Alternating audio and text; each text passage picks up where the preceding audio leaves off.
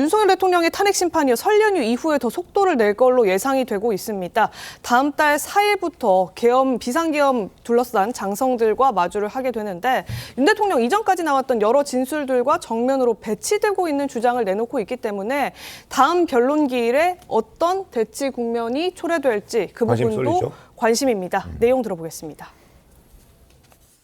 대통령께서 비화폰으로 제게 직접 전화를 하셨습니다.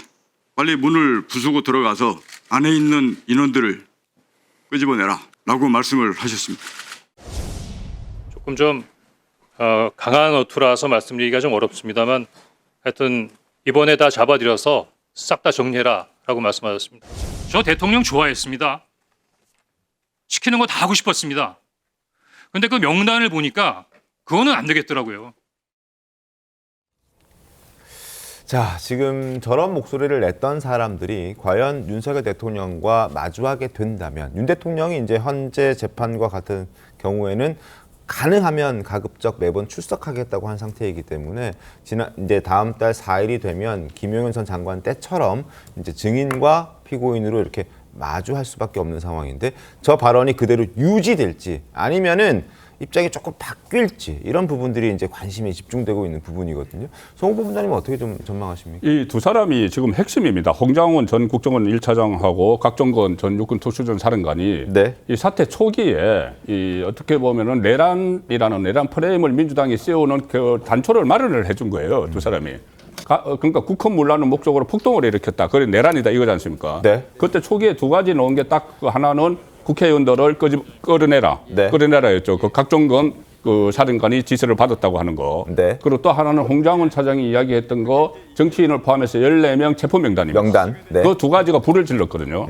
그런데 지난주에 설 연휴가 시작되기 전에 윤석열 대통령과 김용현 전 장관이 그것을 반박을 했어요. 요원이라고. 예, 요원. 그러니까 그것은 김병주 의원의 유튜브에도 딱 그렇게 나옵니다. 네. 인원, 요원을 빼내라는 네. 지시를 받았다고 나옵니다. 인원 요원을 빼내라는 지시가 그 다음에 김병주 의원의 어떻게 보면 유도에 의한 거라고 이제 그 여당은 주장을 하죠. 네. 그렇게 해서 요원이 국회의원으로 바뀌고 그것을 끌어내라로 바뀌거든요. 이것이 굉장히 중요한 거죠. 요원을 빼내라고 했다면은 그것은 충돌을 막기 위한 그 선택이었고 네. 국회의원들을 끌어내라고 했다면은 이 계엄 해제를 하지 못하도록 하기 위한 거죠. 그래서 이 부분이 이 설 연휴가 끝나면은 이게 핵심 쟁점이 될 겁니다. 그리고 각종건 사령관은 분명히 그 이유를 이야기를 해야 돼요. 왜 처음에 요원 인원이라고 했는지 본인이 국회의원과 어떻게 혼동이 돼서 했다. 이것은 좀 설득력이 없지 않습니까? 네. 그 부분에 대해서 어떻게 받아들일지가 그 가장 핵심이고 또 하나는 14명의 정치인 포함해서 14명 체포. 이 부분도 국정원장과 또 진술이 엇갈리잖아요. 국정원장은 그런 보고를 받은 적이 없다고 하고 홍장훈 차장은 보고를 했다고 하고 네. 그다음에 홍장훈 차장은 그다음에 또 말이 바뀐 게 있어요. 뭐냐면은 그 민주당 의원을 통해서 어떤 한동훈 대표에 대해서도 뭐 체포를 하라고 했다고 했는데 나중에 한동훈 대표에 대해서는 그것은 또 말을 또 바뀌었습니다. 네. 그런 부분들이 있기 때문에 설 연휴가 끝나면 그 두 가지가 가장 핵심적인 이 쟁점이 될 겁니다.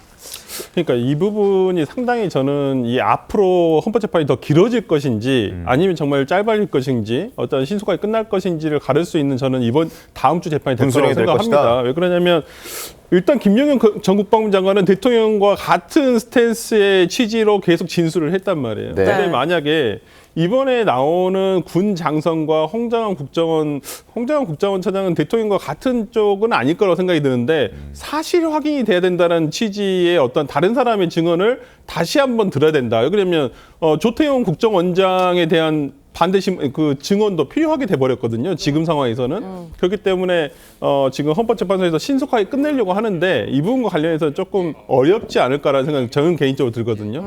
지금 이분들뿐만 아니라 그러면 만약 이분들이 두 가지 경우가 있습니다. 대통령과 같은 취지로 얘기를 하게 된다. 진술을 하게 된다.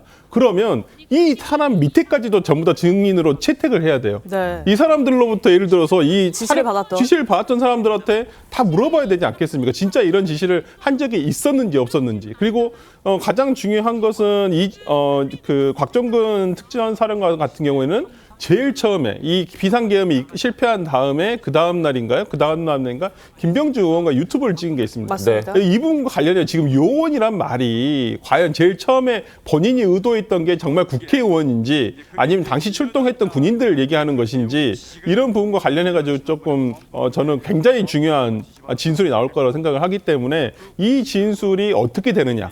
정말 대통령과 같은 측이냐 아니면 대통령이 기존에 얘기했던 진술과는 주장과는 다른 쪽에서의 어떤 진술을 하느냐에 따라서는 저는 상당히 중요한 게 되고 이게 다문 탄핵 재판만 한정되어 있는 게 아닙니다. 이 사람들의 진술들이 전부 다 지금 형사 재판, 내란죄 재판에도 다 증거로서 쓰일 수가 있기 때문에 지금 굉장히 좀 다음 주가 정말 분수령이 되지 않을까라는 생각이 지금 듭니다. 그 국회 측 변호인단에서는 이 증인들이 증언할 때 가림막을 설치해서 조금 더 진실에 가까운 말을 할 수 있도록 분위기를 조성해야 된다 이런 주장하잖아요. 뭐 그렇게 주장을 합니다만 재판부에서는 아마 그 수용하지는 않은 것 같아요. 네. 그러니까 뭐 이 부분과 관련해 가지고 만약에 그 가림막을 가려야 될 정도로 대통령이 뭐 압박을 준다든지 뭐 어떤 무언의 뭐 협박에 가까운 정말 프레스를 한다는지 모르겠지만은 뭐 그렇게 하지는 않을 거라 생각이 들거든요. 특히나 대통령이 전체 질문에 대한 직접 신문을 하는 것은 아니지 않습니까? 그러니까 몇 가지 질문에 대해서 직접 신문을 할 텐데 뭐 그렇다고 치더라도 뭐 대한민국의 그래도 삼성 장군, 사성 장군까지 했던 분들입니다. 그런데 그분들이 어떤 대통령의 말 한마디나 표정들이